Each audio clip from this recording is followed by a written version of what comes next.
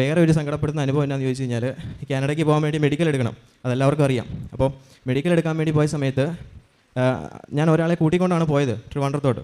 അപ്പം നമുക്ക് ഓഫീസിൻ്റെ ഉള്ളിലോട്ട് എല്ലാവർക്കും വരാൻ പറ്റത്തില്ല. അപ്പോൾ ഓഫീസിൻ്റെ ഉള്ളിൽ കയറി കുറേ ഫയൽസും പേപ്പേഴ്സും എല്ലാവരും ഉണ്ട്. എല്ലാവരും, ഞാൻ ഷൂ ആണ് ഇട്ടുകൊണ്ട് പോയേ. എല്ലാവരും ഹൈറ്റ് നോക്കുമ്പോൾ ഷൂ അടിച്ചിട്ട് പെട്ടെന്ന് എല്ലാവരും ഷൂ ഇട്ടിട്ട് പെട്ടെന്ന് കയറി പോകുന്നു. ഫയൽസൊക്കെ എടുത്തു കൊടുക്കുന്നു, ഒപ്പിടുന്നു, പേരെഴുതുന്നു.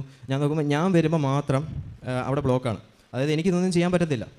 എനിക്ക് ഷൂ കെട്ടണേ കുറേ സമയം വേണം, ഒപ്പിടണേ, പേരെഴുതണമെങ്കിൽ ഞാൻ അന്ന് എനിക്ക് 3-4 ഒപ്പിടണമായിരുന്നു. അപ്പോൾ ഞാൻ ആ 2-3-4 ഒപ്പും ഇടതേ വെച്ചും വലതേ വെച്ച് ഇട്ടെ. വലതേ വെച്ചിട്ട് ശരിയാവുന്നില്ല, ഇടതേ വെച്ചിട്ട് അതും ശരിയാവുന്നില്ല. ഇടതേ വെച്ച് എഴുതാൻ തീരെ അറിയാത്ത ഒരാൾ ഒപ്പിട്ട് കഴിഞ്ഞാൽ അങ്ങനെ ഉണ്ടാവുമെന്ന് നിങ്ങൾക്ക് ഊഹിക്കാവുന്നതേ ഉള്ളൂ. അപ്പോൾ ഞാൻ അങ്ങനെ ചെയ്തു. അന്നേരമൊക്കെ എനിക്ക് ഭയങ്കര സങ്കടമായിരുന്നു. പിന്നെ ഞാൻ മാതാവിനോട് കുറച്ചുകൂടെ നല്ലോണം പ്രാർത്ഥിക്കാൻ തുടങ്ങി.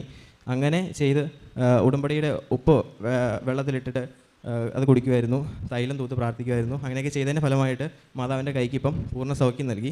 ഒന്നും ചെയ്യാൻ പറ്റാത്ത എനിക്ക് ഇപ്പോൾ ഫുഡ് കഴിക്കാം, മൈക്ക് ഇങ്ങനെ പിടിക്കാം, ഇതുപോലെ ഒന്നും എനിക്ക് ചെയ്യാൻ പറ്റത്തില്ലായിരുന്നു. ഇങ്ങനെ മൈക്ക് പിടിക്കാം, എഴുതാം, എല്ലാം പഴയ പോലെ എൻ്റെ മാതാവ് എനിക്ക് ആക്കി തന്നു.